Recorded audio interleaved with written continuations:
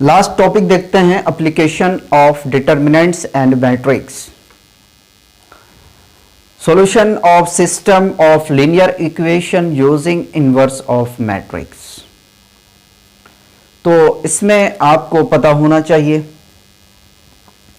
कि linear equation क्या है, उस लीनियर इक्वेशन कितने वेरिएबल का है, और कोफिशिएंट के बारे में पता होना चाहिए। ठीक है, तो देखते हैं सबसे पहले लीनियर इक्वेशन। तो a1x plus b1y plus c1z equal to d1, a2x plus b2y plus c2z equal to d2, a3x plus b3y plus c3z equal to d3। देखिए, 3 वेरिएबल का इक्वेशन है, कितने फैमिली हैं, कितने फंक्शन हैं इसमें, तो 3 फंक्शन है x y z, और d यहां पे आपका कांस्टेंट वैल्यू होंगे, कांस्टेंट नंबर होंगे, कोई स्केलर नंबर होगा। ठीक, अब जानते हैं कि यहां पे a1 क्या है, b1 क्या है, c1 क्या है, a2 क्या है, b2 क्या है, c2 क्या है, a3 क्या है, b3 क्या है, c3 क्या है।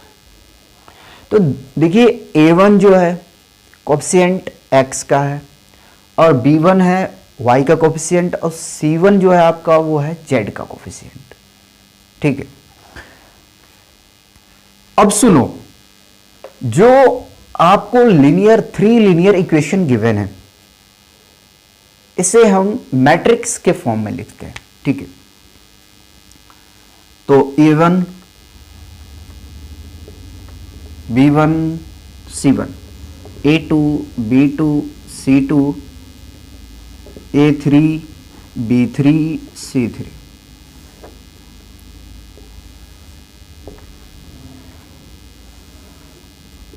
x y z equal to d1 d2 d3। ठीक है, हमने मान लिया matrix a1 b1 c1 a2 b2 c2 a3 b3 c3 matrix को a, x y z matrix को हमने x मान लिया, और d1 d2 d3 मैट्रिक्स को हमने b मान लिया। उसके बाद में हमने ए इनवर्स से बोथ साइड में मल्टीप्लाई कर दिया। ठीक है, तो कर दिया,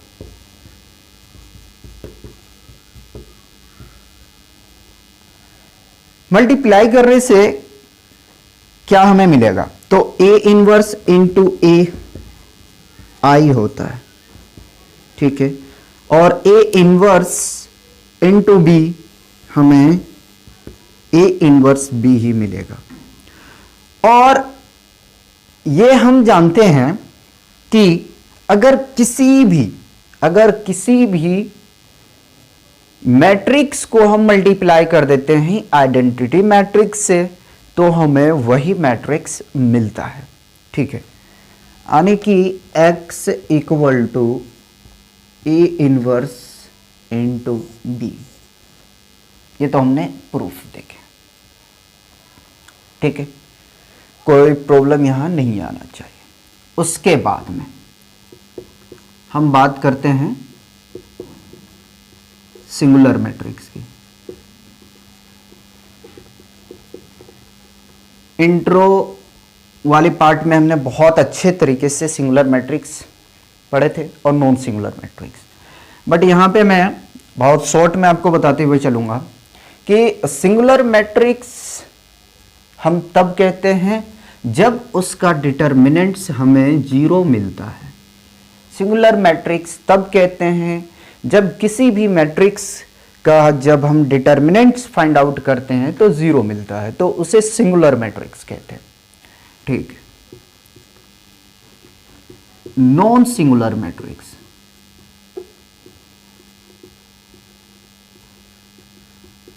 non singular matrix non singular matrix उसे कहते हैं जब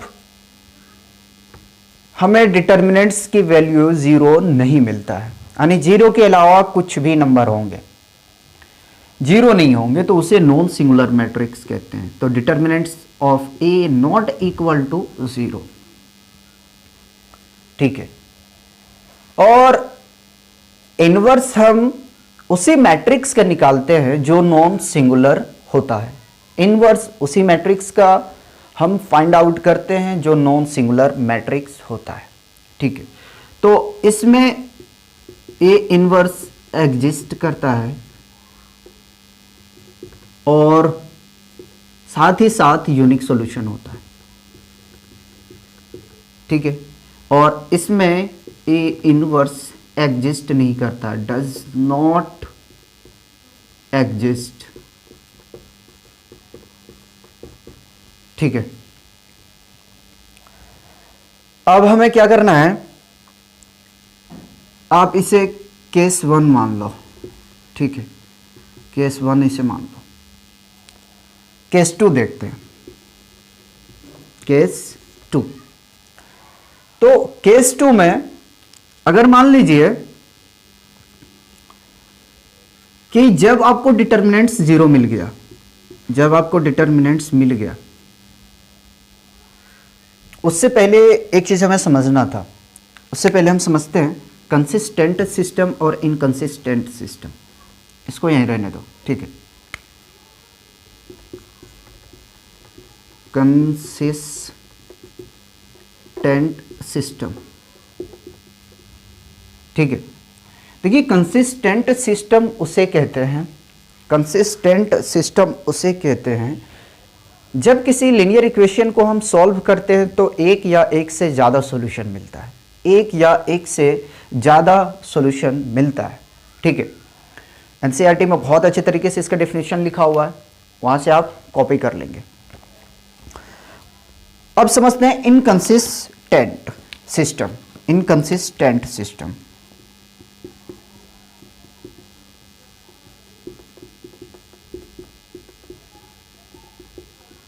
ठीक है।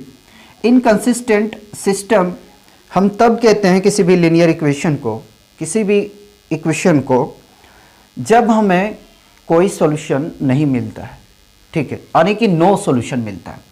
तो कंसिस्टेंट सिस्टम में हमें कितने सॉल्यूशन मिलेंगे? एक तो यूनिक सॉल्यूशन मिलेगा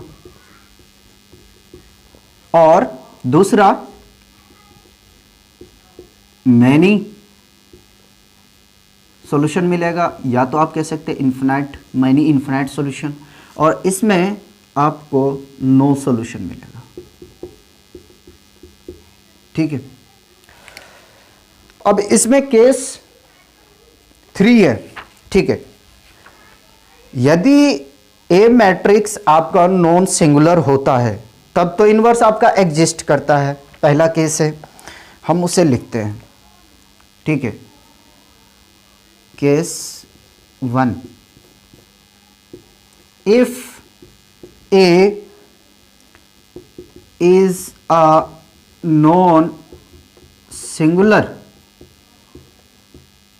मैट्रिक्स, ठीक है, then A inverse is exist. पहला केस तो ये हुआ, ठीक है। 2 केस हमारे और हैं। अब 2 केस है क्या? इनवर्स सिर्फ हम नॉन सिंगुलर मैट्रिक्स का फाइंड आउट करते हैं, सिंगुलर मैट्रिक्स का नहीं, ठीक है। तो पहले यहां तक कॉपी करो। अब केस 2 देखते हैं। देखिए केस 2, अगर आपको डिटर्मिनेंट्स 0 मिला तो आप 0 देख के ये मत कह देना कि ये इनकंसिस्टेंट सिस्टम है। आपको एडजॉइंट ए इंटू बी निकालना पड़ेगा, एडजॉइंट ए इंटू बी भी आपको चेक करना पड़ेगा।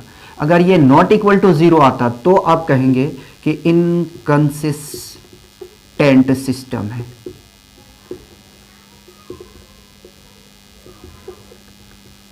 ठीक है। इसमें सॉल्यूशन एग्जिस्ट नहीं करता है, इसमें सॉल्यूशन एग्जिस्ट नहीं करता है। केस 3 की बात करते हैं।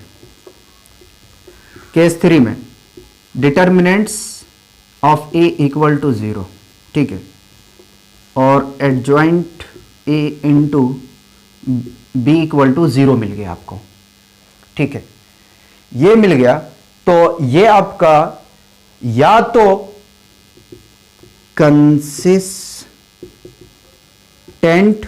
और इनकंसिस्टेंट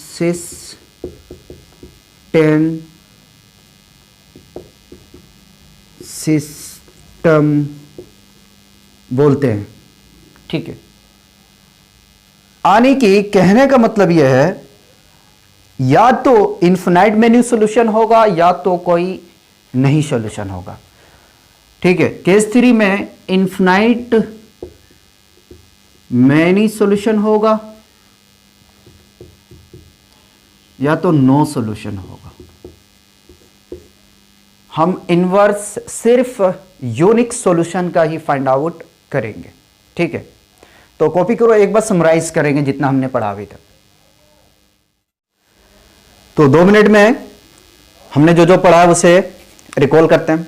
तो सबसे पहले हमने देखा ये कि अगर हमें 3 इक्वेशन गिवन है तो सबसे पहले हमें क्या करना है कि उसे आपको मैट्रिक्स में रिप्रेजेंट करना है। रिप्रेजेंट करने के बाद में इतना प्रोसेस आपको नहीं शो करना है, ठीक है, इतना प्रोसेस आपको नहीं करना। आपको इनवर्स फाइंड आउट करने के लिए डायरेक्ट ये यूज करना है, ठीक है। उसके बाद में हमने पढ़ा सिंगुलर मैट्रिक्स। सिंगुलर मैट्रिक्स उसे कहते हैं जिसका डिटर्मिनेंट्स हमें 0 मिलता है। नॉन सिंगुलर मैट्रिक्स उसे कहते हैं जिसका डिटर्मिनेंट्स हमें 0 नहीं मिलता है, ठीक है। उसके बाद में हमने देखा कि consistent system, inconsistent system. Consistent system उसे कहते हैं जब हमें एक या एक से ज़्यादा सॉल्यूशन मिलता है, ठीक है। और इनकंसिस्टेंट सिस्टम उसे कहते हैं जब हमें कोई सॉल्यूशन नहीं मिलता है किसी भी लीनियर इक्वेशन में, ठीक है। उसके बाद में हमने ये देखा कि अगर हमें डिटर्मिनेंट्स की वैल्यू 0 नहीं मिलता है तो इनवर्स एग्जिस्ट करता है, यानी कि नॉन सिंगुलर मैट्रिक्स का ही हम इनवर्स फाइंड आउट करते हैं। उसके बाद में हमने केस 1 देखा था जिसमें डिटर्मिनेंट्स 0 नहीं होता है, तो उसमें इनवर्स फाइंड आउट करनी है, यानी कि वो मैट्रिक्स जो कहलाता है वो नॉन सिंगुलर मैट्रिक्स कहलाता है, ठीक है, और यूनिक सॉल्यूशन होता है। केवल हम यूनिक सॉल्यूशन का ही सॉल्यूशन करेंगे, ठीक है, मैनी और नो सॉल्यूशन का सॉल्यूशन नहीं करेंगे। उसके बाद में केस 2 आता है। अगर डिटर्मिनेंट्स आपको 0 मिल जाता है और एडजॉइंट 0 नहीं मिलता तो इनकंसिस्टेंट सिस्टम कहलाता है, इनकंसिस्टेंट सिस्टम कहलाता है।